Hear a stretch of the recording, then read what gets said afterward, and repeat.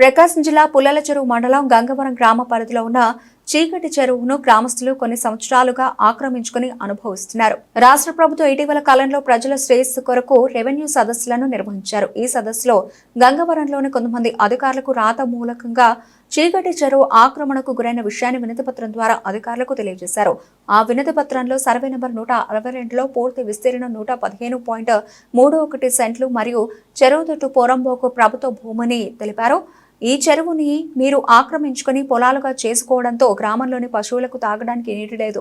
అదేవిధంగా మేత కూడా లేకుండా పోవడంతో గ్రామంలోని పశువుల యజమానులు ఆగ్రహించి సదస్సుకు వచ్చిన అధికారులకు విషయాన్ని తెలియజేశారు. అయితే పుల్లల చెరువు మండలానికి గత 5 నెలల కాలం నుండి రెగ్యులర్ తహసీల్దార్ లేక ఇన్ఛార్జిలోనే కొనసాగుతోంది.